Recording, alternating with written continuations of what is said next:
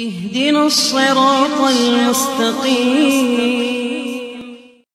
ہاں جی سمجھ گئے. صدیقین میں ایک مقام ہوتا ہے، وہ کیا کہ صدیقین کا ذہن اللہ پر اتنا اونچا کر دیتا ہے، ان کی ذہن میں صداقت ہی آتی ہے، جھوٹ ہو ذہن اتنا صاف ہو جاتا ہے، جھوٹ ان کے دماغ میں ان کی عقل میں آنے نہیں دیتا، ہو رہا جھوٹ کو دور پھینکوا دیتا ہے، سچ ہی سچ، سچ ہی سچ آتا جاتا ہے. شہید کے رنگ، اس میں رنگ میں عمل ہوتا ہے، نمایاں اثر ہوتا ہے. شہادت میں شہید آدمی اپنی جان کو حق کی خاطر دینا عین ثواب سمجھتا ہے اور خوشی محسوس کرتا ہے. جب حق کے راستے میں اس کی جان جا رہی ہوتی ہے خوشی محسوس کرتا ہے، یہ افدی کہتا ہے ہائے کیا ہوا، خوش ہوتا ہے. صالحین وہی ہوتے ہیں ان کے نقشے قدموں پر چلنے والے. بہرحال غیر صراط الذین انعمت علیہم غیر المغضوب علیہم ولا الضالین، اس میں ایک ترکیب سمجھو. حضرت شیخ الہند نے خوب لکھا ہے، حضرت شیخ الہند نے خوب لکھا ہے. بعض لوگ مانا کرتے ہیں، ترکیبی مانا نہیں کرتے. یہ غیر المغضوب علیہم ولا الضالین جو ہے یہ ما قبل کے لیے ہے بدل. ما قبل سے الذین انعمت علیہم سے کیا ہے بدل، یا اس کی کیا ہے صفت. جب صفت ہے یا بدل ہے تو مانا ایسا رکھ کہ بدل معلوم ہو رہا ہو یا صفت معلوم ہوتی. صفت بھی ما قبل سے تعلق رکھی، بدل بھی. تو مانا لوگ جو کرتے ہیں بالکل جدا مانا کرتے ہیں. یہ جو مانا کرتے ہیں نا، نہ ان لوگوں کی راہ، نہ ان لوگوں کی راہ جن پر تیرا غضب کیا گیا ہے، نہ ان لوگوں کی راہ جو ظالم نے، یہ مانا مناسب نہیں ہے. حضرت شیخ نے یہی مانا لکھا ہے کہ مناسب نہیں. یہ مانا یوں کروں گا، دیکھو مانا کرتا ہوں میں، راہ ان لوگوں کی جن پر تیرا انعام ہوا ہے، راہ ان لوگوں کی جن پر تیرا انعام ہوا ہے، نہ ان پر غضب کیا گیا اور نہ وہ بھٹکے ہیں. انداز دیکھا ہے، سمجھے میرے لفظوں کو. یہ ترجمہ ایسا کروں کہ اللہ جن انعمت علیہم کا بیان ہی جا رہا ہے. راہ ان لوگوں کی جن پر تیرا انعام ہوا ہے، راہ ان لوگوں کی جن پر تیرا انعام ہوا ہے، نہ ان پر تیرا غضب ہوا ہے نہ وہ بھٹکے ہیں. دیکھا یہ اب ترقی جو مانا ہو رہا ہے، یہ اللہ جن انعمت علیہم کا بیان ہی. وہ مراد کیا ہے؟ یہ وہ لوگ ہیں جن پر تیرا انعام تو ہوا لیکن تیرا غضب ہو، تو ناراض ہی نہیں ہوا ان سے، نہ ناراض ہوا نہ تیرا غضب ہوا ہے، اور نہ وہ صحیح راستے سے بھٹکے ہیں. سمجھے بات میری کہ نہیں سمجھے؟ نہ وہ بھٹکے ہیں نہ تیرا غضب ہوا ان پر. یہ مان حضرت شیخ الہند نے اپنے حاشی میں پسند فرمایا. واقع میں ویسے ترقی تو پڑھ چکے ہوگے بیضاوی میں کہ ما قبر سے بدل ہے یا صفت ہے، مانا یوں کرو گے تو مناسب ہوگا. بہرحال آگے مغضوب علیہم الضالین. میری پچھلی مقدمات سننے کے بعد جو جوار قرآن میں پڑھا چکا ہو یہ مقام حل ہو جاتا ہے. ویسے مقام مشکل ہے لیکن اب مقام حل ہو جاتا ہے. تمہیں یاد ہوگا میں نے مقدمات بیان کرتے ہوئے آپ کے سامنے کہا تھا کہ دو اس طرح تھی، ایک جباریت اور ایک ربط القلوب. یاد ہے کہ نہیں؟ جباریت اور ربط القلوب یعنی مشرکی یا مخالفی کہ دل میں پہلے پیدا ہوتا ہے شک. ٹھیک ہے نا؟ شک اللہ کے مسئلے میں فما زلتم فی شک مما جاءکم ہے. پہلے ہوتا ہے مسئلہ توحید میں شک، شک کے بعد کذالک یضل اللہ، پھر ہوتا ہے کیا؟ اضلال. یا ضلال کتنے ہو گئے جی؟ دو. پہلے شک اللہ کے مسئلے میں، شک کے بعد پھر اضلال، اضلال کے بعد الذین یجادلون فی آیات اللہ بغیر سلطان، جھگڑے کرنا. کتنوں کے درجے؟ 3. پہلے شک، شک کے بعد اضلال، اضلال کے بعد یجادلون، جھگڑے، جھگڑے کرتے کرتے کرتے کذالک یطبع اللہ، کذالک یطبع اللہ علی کل قلب ہے کہ نہیں؟ پھر مور لگا دیتا ہے، یعنی دل سمجھنے کے قابل ہو نہیں رہتے. پہلے شک، پھر اضلال، اضلال کے بعد پھر جدال، جدال کے بعد پھر تباہ یا ختم. اللہ سمجھ گئے؟ مراد کیا ہے؟ پہلے شک کرتے ہیں، پھر اضرار میں آ جاتے ہیں، پھر جھگڑے شروع کر دیتے ہیں، پھر دل سمجھنے کے قابل نہیں رہتا۔ رومی کہتا ہے این جبرو مانے جباریت، این جبرو مانے جبار، یہ جبر نہیں، ظلم نہیں۔ خدا کا ظلم تب ہوتا خدا سمجھنے کی طاقت نہ دیتا، سننے کی طاقت نہ دیتا، دیکھنے کی طاقت ہو۔ خدا نے طاقت دی تھی ان کو سمجھنے کی، سننے کی، دیکھنے کی۔ خدا نے کوئی ان کے ساتھ ظلم نہیں کیا۔ این نہ جبرو، یہ جبر نہیں، یہ ظلم نہیں۔ این نہ جبرو مانے جباریت، یہ جبر نہیں، جباریت کا تقاضا ہے، جباریت کا تقاضا ہے کہ ایک آدمی نہیں باز آتا، شک کرتا ہے، زرار میں آ جاتا ہے، جھگڑے کرتا ہے، نوبت ہونی چاہیے کہ وہ سمجھنے کے قابل ہو۔ خدا پھر گرفتار کیوں نہ کرے؟ ایک آدمی اتنے جرم کرتا جاتا ہو، اس کو حق اللہ کو اس کو گرفتار کرے۔ اب تو میری گرفتاری میں آ گیا، اب میں نے تجھے پکڑ لیا ہے۔ رومی کہتا ہے مانے جباریت را زاریت، جباریت کے تقاضے کے بعد ایک صورت رہتی ہے، زاری کر، چیختی چلا میرا مولا مجھے صحیح راہ سمجھنے کی توفیق دے، ہو سکتا ہے اس کا کرم ہو جائے ورنہ کوئی صورت ہو نہیں۔ سمجھے تو کیا ہوگا جی؟ کتنے درجے ہو گئے؟ 4، شک 1، اضلال 2، جدال 3، آگے چوتھا درجہ بیان کیا مغلوب علیہ میں، چوتھا درجہ بیان کیا گیا ہے مغلوب علیہ میں، اور 3 درجے پہلے شک، اضلال، جدال، ظالین میں۔ نہیں سمجھے؟ صراط الذین انعمت علیہم، راستہ ان لوگوں کا جن پر تیرا انعام ہوا، نہ تیرے چوتھے درجے میں آئے، نہ تیرے پہلے 3 درجوں میں۔ آپ سمجھ گئے مانا کہ نہیں سمجھے؟ نہ چوتھے درجے میں آئے، یعنی نہ غضب میں آئے، نہ مور لگنے میں آئے، نہ پہلے 3 درجے میں شک کیا، یعنی مطلب کیا ہے؟ نہ تیرے مسئلے میں کیا شک، نہ کیا زلال آیا، نہ تیرے مسئلے میں کیے جھگڑے آئے، نہ تیرے غضب کے نیچے آئے، بلکہ انعمتا علیہم۔ اب سمجھے بات نہیں سمجھے؟ یہ میرے شیخ کی نزدیک ہوگا انشاءاللہ، اتنی تفصیل نہیں ملے گی کہیں آپ کو۔ اب جہاں یہ 4 ہے، انعمت علیہم کے اندر بھی کتنے ہو جائیں گے؟ 4۔ جو انابت کر رہا ہے پہلا، انابت کے بعد ہدایت، ہدایت کے بعد استقامت، استقامت کے بعد ربطنا علی، 4 ہو گئے کہ نہیں ہو گئے؟ پہلے کیا ہے؟ انابت، احان کرے، تب یہ انعمت علیہم میں گھٹیا درجہ، انعام کا گھٹیا درجہ یہ ہے کہ انابت کرے، ضد نہ کرے۔ اللہ کہتا ہے تو ضد نہیں کرے گا میری مہربانی ہو جائے گی۔ انابت کے بعد ہدایت، ہدایت کے بعد استقامت، قالوا ربنا اللہ ثم استقاموا، ان الذین قالوا ربنا اللہ ثم استقاموا، استقامت۔ چوتھا وربطنا علی قلوبہم۔ سمجھ گئے میری بات کو؟ میں نے کیا کہا؟ انعمت علیہم کے اندر بھی 4 ہیں، انابت اللہ عطا فرما، انابت کے بعد ہدایت رسی فرما، ہدایت کے بعد استقامت رسی فرما، استقامت کے بعد پھر سمجھ گئے؟ یہ 4 درجے انعام کے۔ آگے بڑھتے جاؤ، جس وہاں 4 آئے مغضوب علیہم الضالین کے اندر دونوں میں 4 درجے۔ اس سے یہ بھی معلوم ہو گیا، بعض لوگ کہتے ہیں مغضوب علیہم سے مراد ہے یہودی، ضالین سے مراد کیا ہے؟ نصارہ، لیکن یہ تخصیص نہیں ہے، یہ نہیں کہ قرآن یہودیوں کے ساتھ ہے خاص، نصارہ کے ساتھ ہے خاص۔ پاکستان میں ہو یا غیر پاکستان میں ہو، قیامت تک آنے والے لوگ ہو، کوئی ہو جو ظالم میں سب آ گئے، کوئی ہے جو غضب کی کیا، سب سمجھے میری بات کو؟ سب آ گئے۔ ہمارے 4 درجے میں نے کہہ دیے، کوئی شک میں ہوں گے، کوئی زلال میں ہوں گے، کوئی جدال میں ہوں گے، کوئی تبلا علی۔ سمجھے بات میری کہ سمجھے؟ سب مراد ہیں۔ یہودی اور نصارہ کی جو روایت آتی ہے ابن عباس سے، وہ مسل تو ابن عباس نے مثال کے طور پر یہودیوں کا نام لے لیا ہے، مثال کے طور پر نصارہ کا نام حسن نہیں مراد۔ آ جائے گا، لو جی حل ہو گیا۔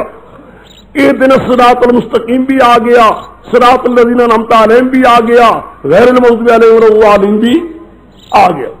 آخر بیان میں ہے ایاک نعبد و ایاک نستعین.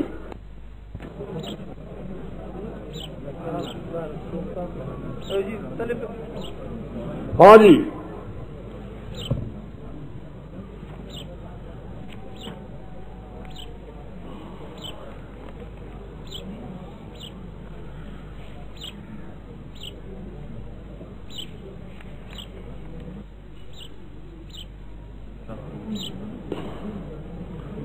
یہ پچھلی آیتیں تین جو ہیں اہدنا الصراط المستقیم صراط الذین انعمت علیہم غیر المغضوب علیہم ولا الضالین، ان کو تو بیان ہو گیا ان کا. باقی اور کوئی تفصیل دیکھنا ہونا تفسیریں کافی ہیں، آپ دیکھ سکتے ہیں. ایک انداز کے ساتھ جو ہم نے آپ کے سامنے بیان کیا ہے وہ آپ کے سامنے میں نے بیان کر دیا ہے. سمجھ گئے میری بات کو؟ اب یہ پہلا ہے، ایک ایک لفظ کو آپ دیکھتے آئیے جو جو ضروری ہے چیزیں. درمیان میں ایاک نعبد و ایاک نستعین، یہ مسئلہ ویسے تو صحیح بات تھی کہ آیا تھا ایسا کہ جو بڑے تفصیل کرنے کے قابل تھا، لیکن اس بنا پر کہ آپ لوگوں نے پہلے سے ایاک نعبد کی عبادت کی جو اپنے جوار و قرآن پڑھ لیا ہے، سن لیا ہے، اس میں اب اس کے بعد مزید بیان کرنے کی ضرورت ہی کوئی نہیں. عبادت کی تاریخوں میں غایت خشوع اور خضوع لکھا ہے، یا بعض لکھا ہے کہ بندہ ہونا، اس قسم کی چیزیں لکھی ہیں. ساری چیزیں لکھتے جائیے، لیکن جب تک قرآن پاک کا یہ پورا مطالعہ جو میں نے آپ کے سامنے بیان کر دیا جوان قرآن سے کہ مسئلہ الہ جو قرآن پاک میں آیا ہوا ہے، اور یہ قرآن پاک ہی کا خاصہ جو تفصیل کے ساتھ بیان ہوا ہے کہ جہاں جہاں کہیں الہ کا لفظ آیا ہے وہاں اللہ تعالیٰ کے لیے یہ قرآن پاک یہ ثابت کر رہا ہے کہ خدا دنیا کے نظام عالم میں کارساز بھی ہے اور جاننے والا بھی ہے. جب کارساز بھی ہے، نظام عالم کو جاننے والا بھی ہے، تو الہ بھی ہے. اللہ کے سوا کوئی پیر فقیر پیغمبر فرشتے کوئی سارے نظام عالم کو جاننے والے بھی نہیں اور کارساز بھی نہیں، لہذا الہ بھی. سمجھ گئے؟ یہ خلاصہ تھا. تو گویا کہ الہ ہونے کے لیے، معبود ہونے کے لیے یہ ضروری ہے کہ جاننے والا بھی اور کارساز بھی ہو. جاننے والا تے کارساز سمجھ کر جو جو کام کیے جائیں گے تعظیمیں ہوں گی، جو ثنائیں ہوں گی، وہ سب چیز کیا بنتی جائے گی؟ عبادت. یہ قرآن ہی سے نکلا. اس کے بعد میں تفسیر ابن قیم کی عبارت سے آپ کے سامنے بات کی تعریف بتائی ہے. اس مطابق اب کوئی اشکال نہیں رہتا، تمام افراد کے لیے جامع ہو جاتی تعریف، اور جو افراد نہیں ہے ان کے لیے تعریف ہو جاتی ہے معنی. سمجھ گئے؟ میں نے کہہ دیا عبادت عبارت عن الاعتقاد، اس بات کے اعتقاد و دل میں کہ فلانی ذات کا مجھ پر تسلط غیبی ہے، قبضہ غیبی ہے، فی العلم و تصرف، حالات کی جاننے میں اور تصرف کرنے میں، ما فوق الاسباب، ذری اسباب سے بالا، یقدر بہا، اس تسلط غیبی کے ساتھ قدرت رکھتا ہے مصیبتیں دور کرنے میں، نفع نقصان دینے میں. یہ رکھ کر اعتقاد فکل دعا اوصلا وغیرہ جو بھی پیدا ہوں گے اس سے ساری چیزیں عبادت بنتی جائیں گی. سمجھ گئے؟ وَإِيَّاكَ نستعین. اب آسان ہوتا جاتا ہے کیونکہ یہ ساری چیزیں ہو چکی ہیں، میں تفصیل نہیں کر رہا. اب یہ وہ سب جوار قرآن ہے. ایاک نستعین، میں نے کہا کہ جو تحت الاسباب ہے اس کو قرآن پاک منع نہیں کر رہا. میں نے بحث کر چکا ہوں آخر میں. ایاک نستعین میں جو تحت الاسباب ہے، امداد، استعانت، وہ قرآن پاک غیر اللہ سے مانگنی منع نہیں کر رہا. جو استعانت اور امداد اللہ کے ساتھ خاص ہے، جو قرآن پاک ایاک کے حصر میں بتا رہا ہے، وہ استعانت وہ جو اللہ کے ساتھ خاص ہے بندوں میں آ سکتی ہی نہیں. وہ کیا ہے؟ ما فوق الاسباب. وہ کہ یوں سمجھیے جو بندوں میں ہے وہ اللہ میں ضرورت ہی کوئی نہیں، اور جو اللہ میں ہے وہ بندوں میں آ سکتی ہی. اللہ میں کون سی امداد ہے؟ ما فوق الاسباب، قبضے غیبی والی،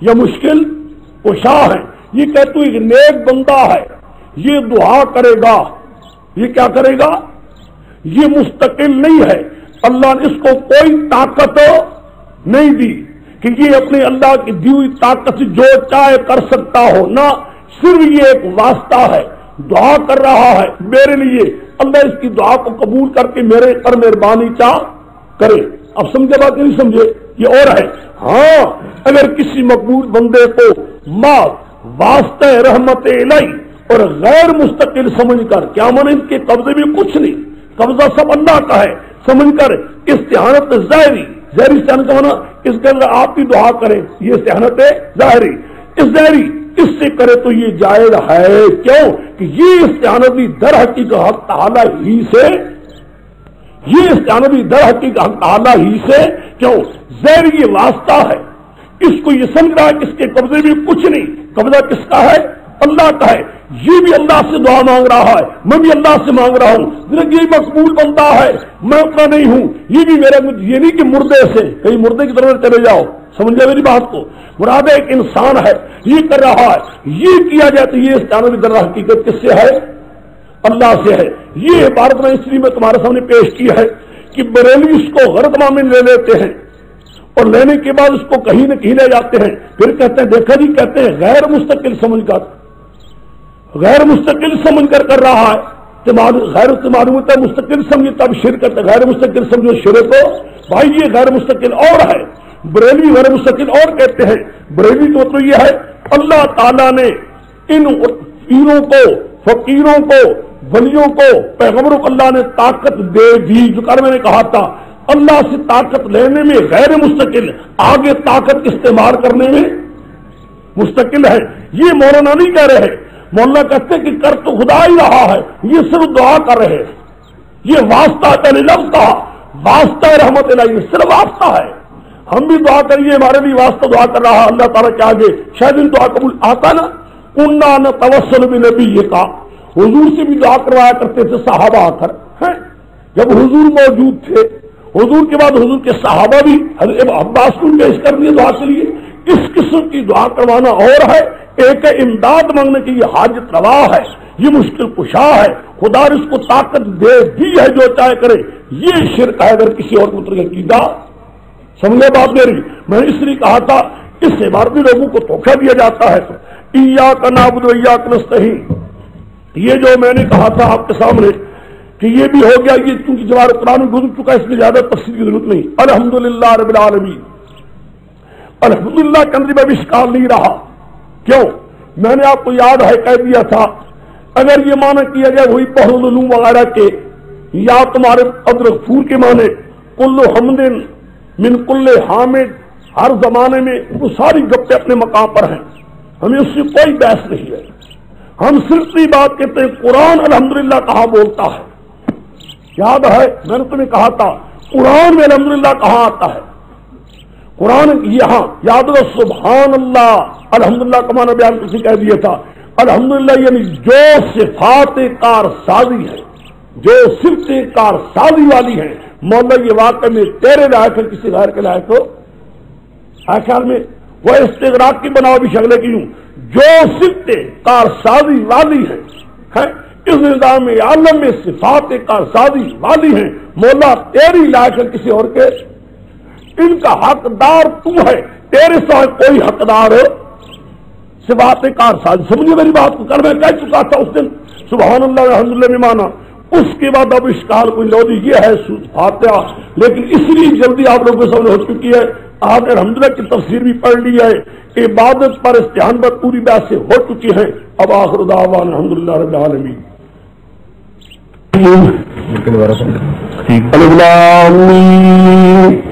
ذالک الکتاب لا ریب فیہ ھدی للمتقین الذین یؤمنون بالصلاۃ ومما رزقناہم ينفقون والذین یؤمنون بما انزل الیک وما انزل من قبلک وبالآخرۃ هم یوقنون اولئک لا خوف علیہم واولئک هم المفلحون. سورۃ بقرہ کا ربط ما قبل کے ساتھ ایک ربط ہے نامی، ایک ربط ہے آیات کا. سورت بقرہ کا جو نام ہے، اس کے بعد سورت آل عمران کا جو نام ہے، اس نام کا ربط ما قبل فاتح کے ساتھ سمجھ گئے؟ وہ نامی ربط بھی چلتا جائے گا۔ میرے شیخ ایک نامی ربط بھی رکھا کرتے تمام صورتوں میں۔ دیکھیے اب نامی ربط پہلے ہو رہا ہے۔ سورۃ فاتح میں ہم نے یہ کہا، عرض کیا تھا اللہ کے دربار میں، ایاک نعبد و ایاک نستعین، اے اللہ ہم تیری ہی عبادت کریں گے اور تجھ ہی سے مرادیں مانگا کریں گے۔ ایاک نعبد و ایاک نستعین آ گیا ہے سورۃ بقرہ، ایاک نعبد ولا نعبد البقرہ ولا نستعین البقرہ کما عبدت الیہود۔ بس سمجھ گئے؟ ایاک نعبد ولا نعبد البقرہ کما عبدت الیہود، اے اللہ ہم تیری ہی عبادت کریں گے اور تجھ ہی سے مرادیں مانگیں گے، بکرا اور گائے کے بچھڑوں سے مرادیں اور عبادت ان کی نہ کریں گے جس کی یہودی کرتے رہے۔ یہودی قوم نے گائے کی بچھے پوجا کی تھی، ہندو آج کل کر رہا ہے، ہندو اس کو بڑی مبارک چیز سمجھ کر اس کی پوجا پاٹ کرتا ہے، یہودی بھی کرتے تھے۔ قرآن پاک نے بقرہ سورت کو اتار کر یہودیوں پر تردید کی ہے تاکہ یہ مسلمان قوم اور آخری امت اس قسم کے گندے حالات میں پڑ جائے جس کے یہودی لوگ پڑے رہے۔ سمجھ گئے؟ ایاک نعبد و ایاک نستعین لا نعبد البقرہ ولا نستعین البقرہ کما عبدت الیہود۔ آج آل عمران اس کو بھی لگا لو، ایاک نعبد ولا نعبد البقرہ ولا نعبد آل عمران کما عبدت النصارى۔ ہم اے اللہ تیری ہی عبادت کریں گے اور یا اللہ تجھ ہی سے مرادیں مانگیں گے، نہ عبادت کریں گے آل عمران کی جتنا نصارہ عبادت کرتے رہے۔ گوئے اس معنی میں بعض لوگوں نے یہاں تک لکھ دیا ہے کہ سورت بقرہ اصلاح یہود کے لیے آئی ہے اور سورت آل عمران اصلاح نصارہ کے لیے آئی ہے۔ سمجھ گئے؟ اس سورت بقرہ میں مطمع نظر اصلاح یہود ہے اور سورت آل عمران میں مطمع نظر اصلاح نصارہ ہے۔ نصارہ کی اصلاح کیوں؟ نصارہ عیسی علیہ السلام، مائی مریم ان کی پوجا پاٹ کرتے تھے، حاجتوں میں پکارا کرتے تھے، ان کی نجات دیا کرتے تھے۔ قرآن پاک نے ان کی اصلاح کی ہے۔ سمجھ گئے؟ یہ دو صورتیں ہو گئی، بقرہ بھی اور آل عمران بھی۔ ایاک نعبد ولا نعبد البقرہ وایاک نعبد ولا نعبد آل عمران۔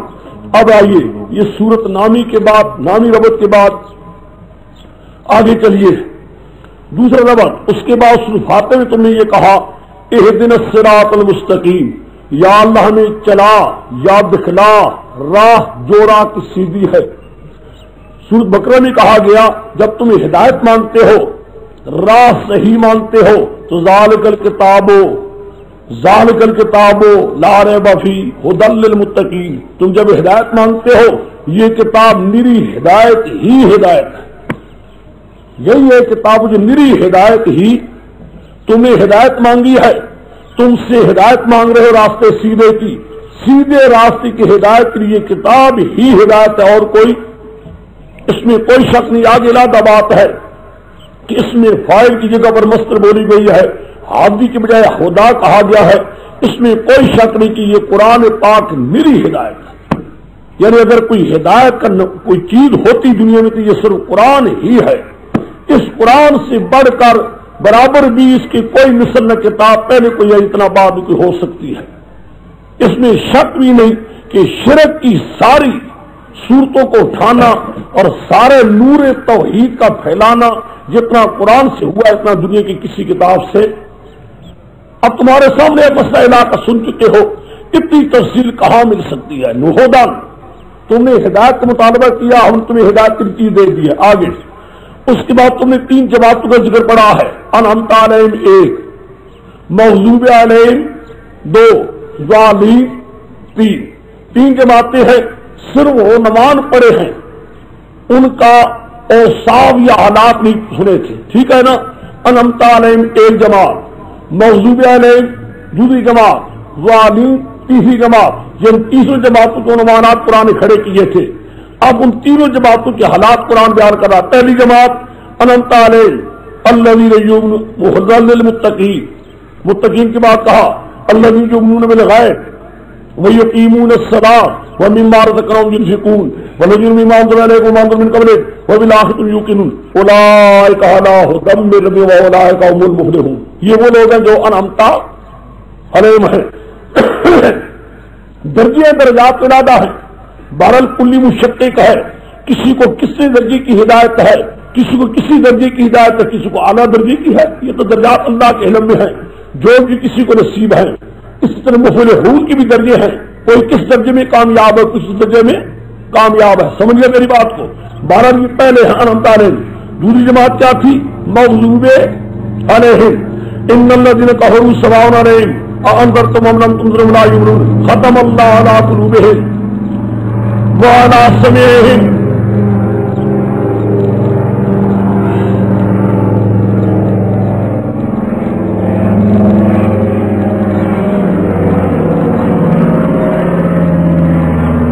وعلی سمعہم وعلی ابصارہم غشاوہ ولہم عذاب عظیم. یہ کیا دوسری جماعت مغضوب علیہم، جن پر غضب اور قہر آیا ہے. تیسری جماعت ضالین والی، ومن الناس من یقول آمنا باللہ سے لے کر بہت آگے چلے جاؤ اگلے سمے میں آ رہا ہے فما ربحت تجارتہم وما کانوا مہتدین تک. یہ تیسری جماعت ہے. سمجھ گئے؟ بہرحال سورۃ فاتحہ میں فاتح کے ساتھ سورۃ بقرہ کے 3 ربط ہیں. اس کے بعد فاتحہ کے ہو چکی جو کچھ ہونا تھا. اب میں یہ کہہ رہا ہوں بقرہ کے لیے.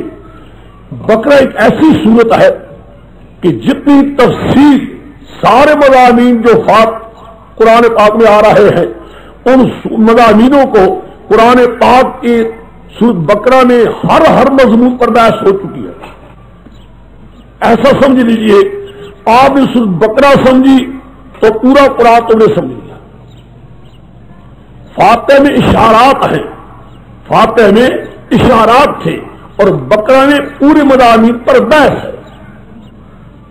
یہ فرق ہے. سمجھ گئے میری بات کو؟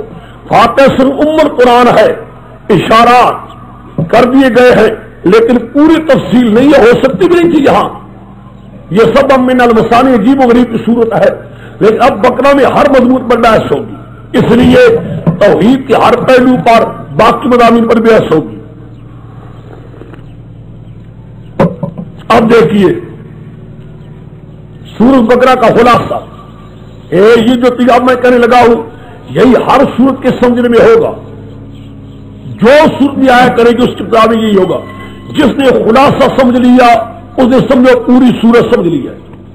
ایک سورت کے اندر آیات، یہ تو بابا صاحب بات ہو سکتا ہے کہ مجھ سے پڑھ بھی لو تو بعض آیتوں میں پورا نہ سمجھ سکو. اب آپ جانتے ہیں جہاں پارا پارا چلے گا، آدھا 10 پارا چلے گا، تو یہ کب ہو سکتا ہے کہ ہر آیت تو پوری تفصیل بھی ہو کہ ماسالہم مثال ان کی کا ماسالے مانند مثال ان کے الذی یوت نہیں ہوگا وہ کہ کہا کہ تو یہاں نہیں ہوگا. اصل میں یہاں تو ہوگا صرف ایک مقصد کو بیان کیا جائے گا اور تفصیل کے ساتھ اس کو بیان کیا جا رہا ہوگا. اور اس کے بعد اللہ تعالیٰ تمہیں توفیق دے جو کتابیں پڑھ چکے ہیں، حدیث وغیرہ بھی پڑھ چکے ہیں یا کچھ، ان کو لوگوں کو خدا توفیق دے گھر میں جا کر جلدی جا کر بیان کرنا شروع کر دے، کام ہو جائے گا. تعلق رکھو گے تو خدا جانتا ہے بڑی نعمت ہے جلدی آئے گی. یہ عجیب و غریب میں نام ہے. جتنا قرآن سے تعلق رکھو اتنا جلدی آتا ہے. ذرہ تعلق ہٹا لو بہت جلدی بھاگتا ہے. اور انعام کے ساتھ ہوتا بھی ہوئی ہے.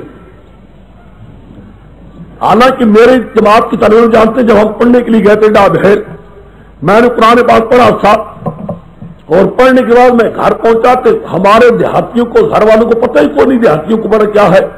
میں نے سورۃ ملک سے لے کر سورۃ جن کا خلاصہ بچوں کو یاد کرا دیے تھے. میں نے کہا تم سورۃ ملک کا خلاصہ بتاؤں. خلاصہ یاد کرا، ان کو یاد ہوئی کہ نہیں، ہمیں تو یاد ہو گئے. پھر میں ڈابہر گیا. ڈابہر جس کمرے میں ہم رہتے تھے میں بھی تھا، 2 بخاری بھی تھے، طالب علم تھے، ایک تیسرا میاں والی کا تھا، واللہ شادی مر گیا کہ زندہ ہے.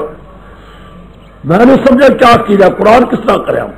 میں نے 4 ساتھی تھے، میں نے کہا بھائی آپ لوگوں نے قرآن پڑھا؟ انہوں نے کہا ہم نے مولا امدری صاحب سے پڑھا. میں نے کہا واہ پھر بڑا اچھا ہے، آپ بھی بیان کریں تو میں بھی بیان کروں گا.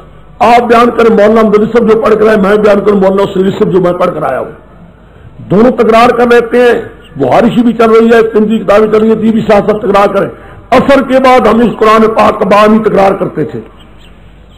چند دن انہوں نے دیکھا حضرت مولانا سریف صاحب کی طرف اچھی مقبول تھی ان کے ذہن میں، انہوں نے کہا میرے خیال میں یہ کہ تو ہی بیان کرتا جا، ہم سنا کریں گے۔ میں نے کہا بہت اچھا۔ بس وہ میں کیا بیان کرتا تھا وہ سنتے جاتے تھے، میرا قرآن جو پڑھا ہوا تھا حضرت کے بعد وہ پختہ ہوتا جاتا تھا، بات کو پک رہا تھا، بس پڑھتا جا رہا، میں بیان کرتا رہے۔ چند بنگالی کرنے آتے تھے، انہوں نے دیکھا بھائی یہ قرآن ہوتا ہے، وہ بھی بیٹھ جاتے تھے۔ آپ یقین جانیے ہم نے 6 مہینے میں بخاری کی جتنی ہوئی قرآن پاک ہم نے پورا کر لیا ہے، جلدی سے، تفصیل وار نہیں لیکن جلدی کر لیا ہم نے۔ شاہ صاحب بڑے خوش ہوئے، انور شاہ سے مرحوم بڑے سخت محبت الگ رکھتے قرآن کے ساتھ، ان کو خوش ہوئی تو انہوں نے کچھ روپئے بھی، میرے جوڑا کپڑوں کا بھی، کچھ چلوں کے لیے مٹھائی بھیجی کہ مجھے بڑی خوشی ہے کہ قرآن پاک کو اللہ کا قرآن سمجھ کر پڑھایا گیا ہے۔ پھر مجھے انہوں نے معین مدرس بھی اس بنا پر رکھا تھا کہ تو نے چونکہ قرآن پڑھایا ہے اس لیے ہم تجھے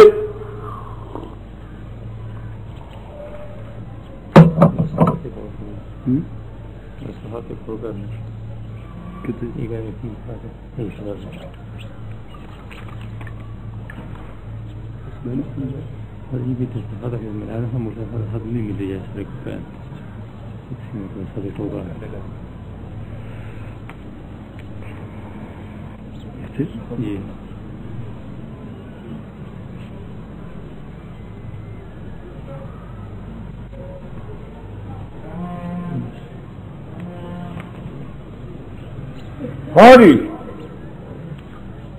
تو اس بنا پر مجھے پھر حضرت شاہ صاحب نے مونی مدرس رکھ لیا۔ پھر میں نے شعبان رمضان میں 33 طالب علم تھے جن کا میں نے قرآن پاک پھر بیان کرنا شروع کر دیا تھا۔ یوں ایک جماعت شکل بن گئی تھی ہماری، اللہ نے کیا ہوتے طبیعت بعد، حالانکہ سورۃ مائدہ مجھے پہلے خیال میں نہیں آ رہی تھی، میں نے حضرت کو وہاں سے خط لکھا تھا کہ سورۃ مائدہ کا ذہن میں بیٹھ نہیں رہی، سورۃ واللہ اس کا کیا مقصد ہے، ویسے پڑھا لیا لیکن دل میں اب یہ نقشہ نہیں بیٹھا۔ پھر حضرت نے مجھے خلاصہ لکھ کر بھیجا تھا۔ بہرحال میرے کہنے کا مقصد یہ ہے جتنا تعلق رکھو گے، اگر یہاں سے اس کو دیکھو گے چھوڑ کر چلو گے آگے حمد اللہ آ گیا، قاضیات منسم جیسی چیزیں آ گئی، پھر قرآن کہاں رہے گا؟ اگر اس کے ساتھ اس کو بھی رکھو گے صبح سویرے 8 گھنٹہ 5 گھنٹہ دیتے رہو گے تو انشاءاللہ جائے گا نہیں، یہ نہیں جاتا جلدی۔ خدا کرے کہ یہ آپ لوگوں کو نصیب ہو جائے، اور جو پڑھ چکے ہیں وہ جا کر بیان کریں۔ بالکل یہاں سے پڑھے ہوئے کتنے آدمی ہیں جو قرآن پاک کا دورہ پڑھا رہے ہیں، کتنے ہیں؟ کسی کے پاس 60 ہیں، 100 ہیں، 80 ہیں، کافی طلباء پڑھا رہے ہیں۔ صرف تعلق رکھنے کا وقت ہے۔ ایک صرف میں کہ چلو جی تھوڑا سا طرز دیکھنے چلے جائیں، طرز دیکھنے سے کام نہیں بنتا۔ اگر یاد کر لو گے اور کتابیں پڑھ کر رہے ہیں تو یقیناً پڑھاؤ گے گھر میں جا کر۔ سرگودے میں ہے ہمارے مولوی عبدالغنی صاحب اچھے لائق ہیں، 100 طلباء کے پاس سے زیادہ بھی ہوتے ہیں۔ ابھی ہمارے وقائد صاحب کے لڑکے نے بھی مجھے ہاتھ لگا کہ میں بھی پڑھانا چاہتا ہوں، میں کبھی شکر نہ کروں، پڑھاؤ تم، اللہ کرے جتنا پڑھا سکتے پڑھاؤ۔ میرا کہنے کا مقصد یہ ہے کہ آپ جو پڑھی ہوئی کتابیں نا ان کو تو خاص کر کے میں کہوں گا کہ بڑا اہتمام رکھو، بہت بڑا اہتمام، خوب یاد کرو اور خوب دیکھو، شک کو پوچھو۔ اب دیکھیے سورۃ بقرہ میں ابتدا میں تمہید ہوگی بیان، تمہید میں 3 جماعتوں کا حالات اور 2 جماعتوں کی مثالیں، یہ خلاصے سب لکھی ہوئی ہیں تمہارے پاس، اگر کاپیاں ہیں نہیں تو میں آج دلا دوں گا کاپیاں، بہرحال یا کل صبح دلا دوں گا کاپی، انشاءاللہ دلا دوں گا لکھنے کے لیے۔ ہاں جی، 3 جماعتوں کے حالات اور 2 جماعتوں کی مثالیں۔ 2 جماعتیں کون سی؟ وہی مغضوب علیہم والضالین، کہ یہ وہ 2 جماعتیں ہیں جو قرآن جن کے لیے آیا ہے۔ جو پہلی جماعت مومنین کی ہے وہ تو مبعوث سے باہر ہے، اس لیے وہ تو ماننے والے ہیں۔ باقی 2 جماعتیں کو قرآن پاک حالات بیان کر کی مثالیں دے گا، مزید وضاحت کھولنے کے لیے کس قسم کی جماعتیں ہیں۔ تمہید میں 3 جماعتوں کے حالات اور 2 جماعتوں کے لیے مثالیں۔ اس کے بعد آ جائے گا دعویٰ نے کہا یہ 6 پر ہے پہلے سطر میں، یا ایھا الناس اعبدوا ربکم، بس یہ دعویٰ چلا ہے۔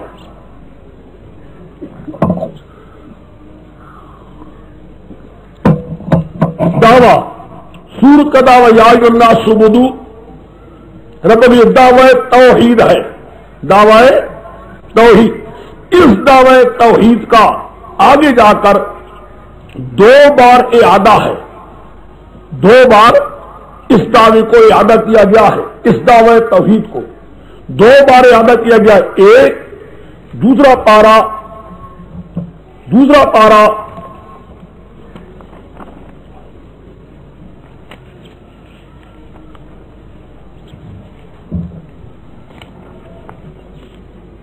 جی صفحہ 33 ثلاثۃ و ثلاثون وَإِلَٰهُكُمْ إِلَٰهٌ وَاحِدٌ لَا إِلَٰهَ إِلَّا هُوَ الرَّحْمَٰنُ الرَّحِيمُ۔ دیکھا ہے یہ ایک بار احاطہ پہلی بار، ذکر دوسری بار، احاطہ پہلی بار۔ وَإِلَٰهُكُمْ إِلَٰهٌ وَاحِدٌ، اور تمہارا معبود کیا ہے؟ ایک بار احاطہ، پھر پارہ تیسرا پہلا صفحہ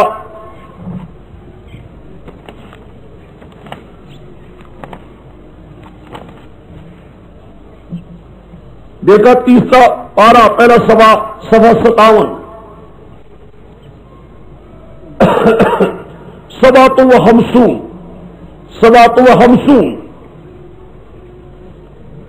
اخری سطر میں اللہ لا الہ الا هو الحی القیوم، اللہ لا الہ الا هو الحی القیوم، اللہ کے سوا کوئی معبود نہیں۔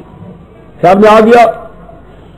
احاطہ ثانین اور ذکر دعوے کا ثالثاً، تیسری بار ہو گیا ذکر بھی اور احاطہ دوسری بار ہوا ہے۔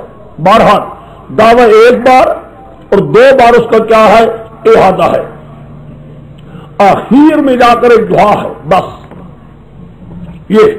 اب یہ بحث ہوگی کہ اس دعوے توحید کو 2 بار احاطہ کیوں کیا گیا۔ سمجھ گیا بات کو؟ ایک یہ ذہن نشین کراؤ، وہ کہ 3 بار ذکر ہوا ہے، کیوں؟ پہلی بار جو ذکر ہوا یا ایھا الناس اعبدوا ربکم سے جو چلا ہے قرآن پاک، ایک موضوع کو لے رہا ہے، عبادت کے ایک پہلو کو لے گا قرآن، پکارنا۔ بس خدا یہ چاہتا ہے اللہ کو پکارا جائے، اس کو کار ساز سمجھ کر پکارا جائے، کسی دوسرے کو پکارا، سمجھ بات؟ اللہ کو کار ساز سمجھ کر پکارا جائے، اللہ کے سوا کسی اور کو کار ساز سمجھ پکارا نہ جائے۔ دوسری جگہ، اب دیکھو میں نکالتا نہیں ہو گیا، پہلی بار لکھوا چکا ہوں۔ دوسری دفعہ سورۃ البقرہ میں جو کہا گیا ہے وَإِلَٰهُكُمْ إِلَٰهٌ وَاحِدٌ، کہا گیا جس طرح اللہ کے سوا کسی کو پکارا نہ جائے، اللہ کے سوا کسی بزرگ کی، پیر فقیر کی نظر نیاب منت منوتی بھی نہ دی جائے۔ مسئلہ پڑھ چکے، اب دیکھا وہ مسائل ہو رہے ہیں جو کل پڑے تھے تم نے سارے۔ اللہ کے سوا کسی کی نظر، کسی کی نیاب، کسی کی منت منوتی آئے میں کوئی بھی منت نظر نیاز نہ دی جائے، اور کسی کے نام پر کوئی چیز حرام بھی نہ کی جائے۔ مراد کیا ہے؟ نہ کسی کی وجہ سے کوئی چیزیں حرام بناؤ، نہ کسی کے نام پر کوئی چیزیں نیازیں، یعنی مشرکین کی تحریمی بھی قرآن اٹھائے گا اور مشرکین کی نیازوں کو بھی قرآن تحریمی اٹھا کر کہے گا اے مشرکو، جن چیزوں کو تم نے حرام بنایا وہ حرام نہیں ہے بلکہ وہ کیا ہے؟ حلال۔ اور مشرکو، جو تم غیروں کے نام پر، پیر وکیل کے نام پر نیازیں دے رہے ہو، وہ قطعی حرام ہے، خردی سے بڑھ کر حرام۔ اب سمجھ گئے مسئلہ؟ دیکھا فرق ہو گیا کہ ہو گیا؟ پہلے کیا قرآن نے زور دیا خدا کے پکارنے پر، خدا کے پکارنے پر، اللہ کو پکارا جائے، غیروں کو کار ساتھ اللہ کو اس کو پکارا جائے۔ دوسرا کیا کہا؟ جتنا کہ کار صاحب وہ ہے، پکارنے کے لائق وہ ہے، اسی طریقے سے نظر و نیاد کے لائق بھی وہی ہے۔ اور اس کی حرام کردہ چیز کو حرام سمجھو. مشرکوں اپنی طرف سے معبود سے ڈر کر کوئی چیز حرام نہ بناؤ. فرق ہو گیا کہ نہ ہو گیا؟ یہی دیکھو گی انشاءاللہ آگے. اب چلے جاؤ تیسری بات. سورت اسی صورت میں تیسری بات جاوید کا ذکر ہوا تیسرے پارے ابتدا میں. وہاں کیا ہے؟ ایک بات مقدمہ اور سمجھ لو. یہ کیونکہ آگے تم نے اجمالی آیتیں سن لی تھی، مقصود پورا نہیں سنا تھا. اب تھوڑا سا یہاں سنت میں پکڑا ہے. آگے یہ بیان ہوگا. مشرکوں میں ایک یہ بھی پارٹی تھی، ایک جماعت تو یہ تھی جو اپنے معبودوں کو، فرشتوں کو، پیروں پیغمبروں کو سمجھتے تھے یہ کار ساز ہیں، اللہ ان کو طاقتیں دی ہوئی ہے، جو چاہے کرے، حاجتیں پوری کر سکتے ہیں. بعض کہتے تھے نہیں، یہ تو نہیں، خود تو نہیں کچھ کر سکتے، لیکن جو بات چاہیں اللہ سے منوا لیتے ہیں. نہیں سمجھے؟ جو بات چاہیں اللہ سے منوا لیتے ہیں. یہ ذرا گھٹیا درجہ ہے. بڑھیا درجہ تو یہ ہے نا جو چاہیں کر سکتے ہیں. اللہ نے ان کو طاقت دی ہوئی ہے، جو چاہیں کر سکتے ہیں. گھٹیا درجہ کیا ہے؟ جی وہ تو نہیں، لیکن جو چاہیں خدا سے منوا. اب سمجھے؟ خدا ان کی باتوں کو رد نہیں کرتا، خدا ان کی باتوں کو قبول کر لیتا ہے، جو چاہتے ہیں منوا لیتے ہیں. اس کا لفظ میرے شیخ مثالوں کے بعد یوں سمجھایا کرتے تھے، اور یہی مثالیں شاہ ولی اللہ صاحب رحمۃ اللہ علیہ دہلوی نے بھی دی ہے. ایسی مثال جس کے بیٹا ہوتا ہے نا اپنے باپ کے آگے،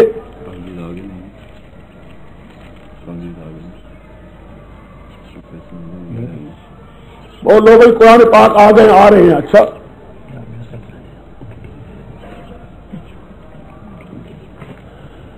ہاں جی، آج لے لیجیے قرآن پاک. چلو اب بکرا شروع ہو ہی گئی آپ کو. ہاں جی، تو میں یہ کہہ رہا تھا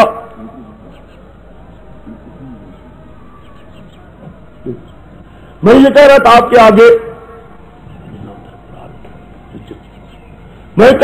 کے آگے، کہ مثال ایسی دیتے ہیں جس کے بادشاہ ہوتا ہے، اس کو ہوتے ہیں وزیر. بادشاہ کیا کرتا ہے؟ وزیر جو بات چاہے بادشاہ سے منوا لیتے ہیں. کیوں؟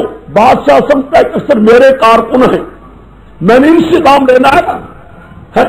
وزیر کہتا ہے حضرت آپ کیا کہ یہ بات یوں ہے، یوں اگر یوں مہربانی کر دیا بات یوں کرتا. مہربانی بادشاہ ہی ہے، لیکن وزیر بادشاہ سے مہربانی کروا لیتے ہیں. جس کی وزیر کی بات بادشاہ مان لیتا ہے، بیوی کی بات خامد مان لیتا ہے. ٹھیک ہے کہ نہیں؟ کیوں؟ بیوی خامد کو کہے، خامد کی مرضی نبی ہوتے ہوتے ہوتے ہوتے خامد سے بیوی اپنے خامد سے بات ہو. یہ بھی ہوتی ہے، گھر کی بادشاہی ہوتی ہے نا، یہ جس طرح چاہے یہ گھر کا ہوم سیکٹری ہے، یہ جس طرح چاہے اپنے گھر سے خامد اپنے کو حضرت کرتے کرتے کرتے باب آدم کو بھی حضرت حوا نے میوہ کھلوا ہی دیا تھا نا. خیال میں دو. تیسرا بیٹا اپنے باپ سے، باپ کی مرضی نہیں ہوتی کہ بیٹے کے ابا نہیں آپ کیا کرتے، یوں مہربانی کرے بات یوں ہونے والی ہے، ضد کر لے. باپ کہتا ہے چلو بچہ میں کیا کروں. سمجھے؟ جتنا بیٹا باپ سے منواتا ہے، وزیر بادشاہ سے منوا لیتے ہیں، بیوی خاوند سے منوا لیتی ہے.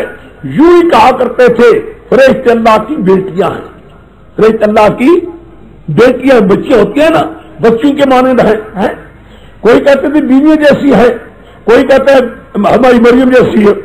یوں اللہ تعالیٰ سے جو بات چاہتے ہیں منوا لیتے ہیں. اب قرآن آیا، قرآن نے کہا کارساز بھی نہیں اور منوانے والے بھی. اس مسئلے کو ہمارے شیخ فرمایا کہ نفی شفاعت قہری، نفی شفاعت غالبہ. نفی شفاعت غالبہ کیا مانا؟ اس بات کی قرآن نفی کرے گا، اٹھائے گا. کوئی خدا سے کام کروا سکتا، کوئی خدا سے کام کروا سکتا، کروانے والا نہیں کہ جو بات چاہے خدا سے کروا لے. آج کے بریلوی کی کتابوں میں انشاءاللہ نکال کر دوں گا تمہیں، انشاءاللہ تم دیکھو گے. ہاں کہیں گے تو جو چاہتا ہے پیر خدا سے منوا لیتا ہے، تیری بات پیر خدا بھی رد نہیں کرتا. قرآن اس کو اٹھائے گا. یہ بھی مشرکوں کا عقیدہ ہے کہ جو بات چاہے خدا سے منوا لے. کتنے ہو گئے درجے؟ 3. پہلا، اللہ کو کار ساز سمجھ پکارو، کسی پیر وکیل پیغمبر کو نہ پکارو. دوسرا، اللہ ہی کی نیازیں دو، کسی پیر وکیل پیغمبر کی نیازیں نہ دو. خدا کے حرام کردہ چیز کو حرام سمجھو. مشرکوں اپنی طرف سے اپنے پیروں وکیلوں سے ڈر کر کوئی چیز حرام نہ بناؤ. کتنے ہو گئی جی؟ 2. تیسرا، نہ کار صاحب بھی کوئی نہیں اور خدا سے کام کروانے والا بھی. یہ پنجابی میں کہتے ہیں، پس تو مجھے نہیں آتا. لوگ کہتے ہیں جی انہوں نے پیروں کی لیکھ میکھ تقدیریں موڑ لیتے ہیں، جو بات چاہتے ہیں خدا سے منوا لیتے ہیں. قرآن اس کے رد کرے گا. پارہ 30 میں جا کر جھوٹ کہتے ہو، کوئی منوانے والا. سمجھ گئے بات کو؟ میں نے کیا کہا تھا؟ داڑھی کا ذکر ایک بار 2 بار احاطہ ہے. اب ایک اور میں رکھتا ہوں، پھر کچھ بار قرآن سمجھا رہا ہوں. یہاں پہلی بار نبی شرک اعتقادی ہے، دوسری بار نبی شرک فعلی ہے. سمجھ گیا میری بات کو؟ سن چکے جوار قرآن ساری، اس کو آپ سمجھ رہے ہو. پہلی بار یا سبود ربکم نبی شرک اعتقادی ہے، کار صاف سمجھ کر نہ پکارو، نبی شرک اعتقادی. دوسری بار نبی شرک فعلی ہے، کار صاف بھی نہ سمجھو، پکارو بھی نہیں، اور کسی کے نام کے بکرے اور نیازیں بھی جانوی شرمی بھی مت دو. یہ کیا ہوگا؟ نبی شرک فعلی. سمجھ گئے؟ تیسری بار دوسری اس کے ساتھ ایک اور شرک رہ گئی تھی، اس شرک کو قرآن اٹھا رہا ہے. یہ ہے سارے قرآن پاک میں اسی شرک کی تجزیہ قرآن میں کھیلے گا آگے جا کر. ایک ربط تو یہ ہو گیا، یہ تفصیل ہو رہی ہے ربطوں کے آگے. دوسرا ربط یہ ہے کہ سورت کے 2 حصے ہیں. یہ توحیدی ربط تھا. سمجھے میری بات کو؟ اس سورت میں 2 حصے ہیں. ایک حصہ ابتدا سے لے کر نکالو 12، دوسرا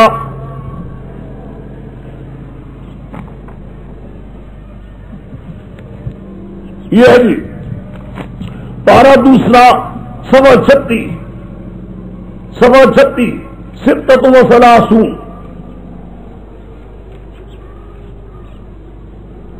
36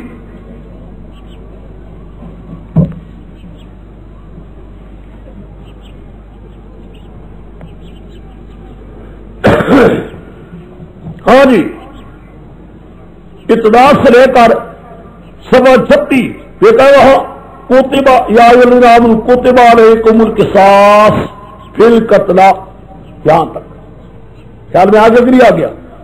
یہاں تک 2 مضمون آئیں گے بس. یہ ہے میرے شیخ کمال، یہ ہے میرے شیخ کمال. یہ چیز آپ انشاءاللہ حیران ہو کر دیکھو گے کہ جس طرح میرا شیخ مضامین کی تقسیم کرے گا، خدا جانتا ہے یہ کل کو حیران یا مولا کس طرح شخص نے نکالے مضامین.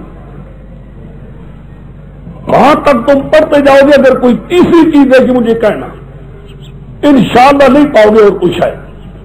یہی ہے میرے شیخ کمال. ہر صورت میں ہر صورت مضامین کا اخذ کرنا نکالنا یہ ان کو حق اللہ نے دیا تھا، لیکن بار بار دیکھ کر سمجھ کر غور فکر کر کے نکالا ہے.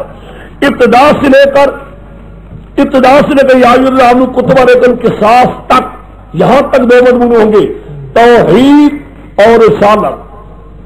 توحید اور رسالت کتنے مضمون ہو گئے؟ 2. توحید اور رسالت.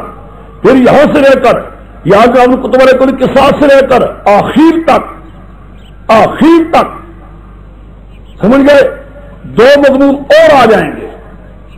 یا اللہ کتب علیکم القصاص سے لے کر آخر تک 2 مضمون اور آ جائیں گے کہ جہاد اور انفاق. جہاد اور انفاق، اللہ کی راہ میں مال خرچ کرو اور اللہ کی راہ میں جہاد کرو. مجاہدین کے لیے مال خرچ کرو اور مجاہدین اللہ کے مسئلے کے لیے اٹھو، مشرکوں سے مقابلہ کرو. کتنے ہو گئے جی؟ پہلے کتنے مضمون تھے؟ 2. توحید اور رسالت. بس انشاءاللہ 3 مضمون ہی ہوگا. اب یہاں سے لے کر 36 سے لے کر آخر تک دو مضمون اور آ جائیں گے، کیا؟ جہاد اور انفاق۔ مجاہدین دیکھو اللہ کے راہ میں مشرکوں کے مقابلے میں، لیکن مجاہدین کے لیے مال کی ضرورت ہوگی، اور طوفان، تیر و تلوار وغیرہ کی ضرورت ہوگی۔ مال خرچ کرنے والوں تمہیں اللہ نے مال دیا، مال خرچ کرو۔ دو مسئلے ہو گئے۔ جہاد اور انفاق وہ جماعت کر سکتی ہے، وہ جماعت کر سکتی ہے جو جماعت آپس میں جن کا نظم و نسق ٹھیک ہو، اتفاق ہو، اتحاد ہو، ٹھیک ہے کہ نہیں؟ اور جن کا آپس میں اختلاف ہو وہ کر سکتے ہیں؟ نہیں کر سکتے نا۔ وہ بابا تم ہم بیٹھی 300-400 ہیں، ہم اگر تمہارا ہمارا آپس میں کیا اختلاف ہو ہم کسی اور سے مقابلہ کریں گے؟ ٹھیک ہے کہ نہیں؟ آپس میں اتفاق کی ضرورت ہے۔ قرآن پاک اس جماعت کو متحد اور منظم کروانے کے لیے امور انتظامیہ کا بیان کرے گا۔ امور انتظامیہ، کیا میں نے کہا؟ اس جماعت کو متحد کروانے کے لیے اور منظم کروانے کے لیے قرآن پاک کیا بیان کر؟ امور انتظامیہ۔ پھر میں بار بار کہتا ہوں اگلے سبھی کا ایک جہاد اور انفاق، لیکن جہاد ہو نہیں سکتا جب تک کہ ساری جماعت کا آپس میں کیا ہو؟ اتحاد اور نظم نسق ٹھیک نہ ہو۔ جماعت کو صحیح طریقے سے منظم کرنے کے لیے بیان ہوگی امور انتظامیہ۔ ان امور پر عمل درآمد کرو، منظم رہو گے، اتحاد رہے گا، ورنہ تمہارا اختلاف پیدا ہو جائے گا۔ اور جب منظم ہو کر رہیں گے تو انشاءاللہ یکجان ہو کر کام بھی کریں گے۔ ذرا نظم و نسق میں خرابی ہو گئی تو نظم و نسق میں خرابی کے بعد جہاد کیا ہوگا؟ وہ بابا تم ہی سوچو، میرا اعتماد تم پر نہ ہو، تمہارا اعتماد مجھ پر نہ ہو، تو ہم کام کیا کریں گے؟ یہی ہوتا ہے ہمیشہ حکومت کا حال۔ حکومت، ظالم حکومت، بری حکومت کیا کرتی ہے؟ ٹکڑے ٹکڑے کر دیتی ہے، نظم و نسق ان کا ٹھیک ہونے نہیں دیتی تاکہ مل کر کوئی کام نہ کرے۔ پتہ انگریز کیا کرتا تھا؟ انگریز سوہر کا یہ کام تھا، مسلمانوں کو ٹکڑے ٹکڑے کر کے لڑانا، یا ہندوستان کے رہنے والوں کو آپس میں لڑانا تاکہ ہندوستانی لڑتے رہیں اور انگریز حکومت کرتا نہیں، سمجھے؟ جب انگریز نے دیکھا کہ میں تو ان کو ٹکڑے کروا کر مر گیا لیکن یہ اتحاد میں آ گئے، مجھے چھوڑیں گے نہیں، میں یہاں ہندوستان میں رہ نہیں سکتا، تب نکلا حرامی یہاں سے۔ وہ کتا جانتا تھا انگریز اگر ہندوستان کے رہنے والے ایک ہو گئے تو میری خیر ہو نہیں، جب تک یہ ٹکڑے ٹکڑے رہیں گے وہ حکومت کرتا، ٹھیک ہے کہ نہیں؟ جب ہندوستان انگریز نے تاڑ لیا، اب مجھے یہاں رہنے نہیں دیتے، جب نکلا یوں نکل سکتا تھا؟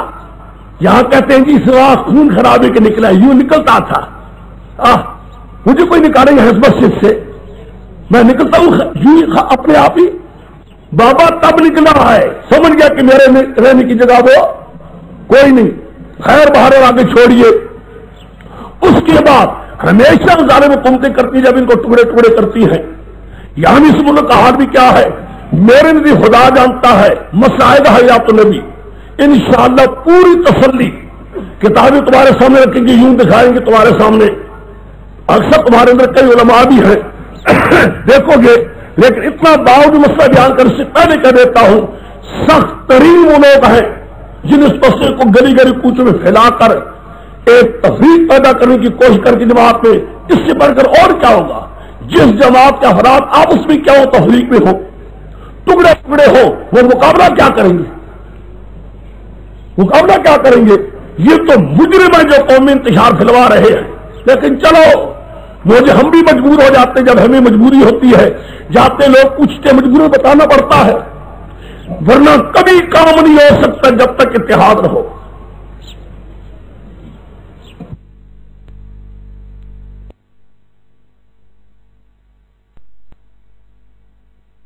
ہاں جی، سمجھ گئے؟ صدیقین میں ایک مقام ہوتا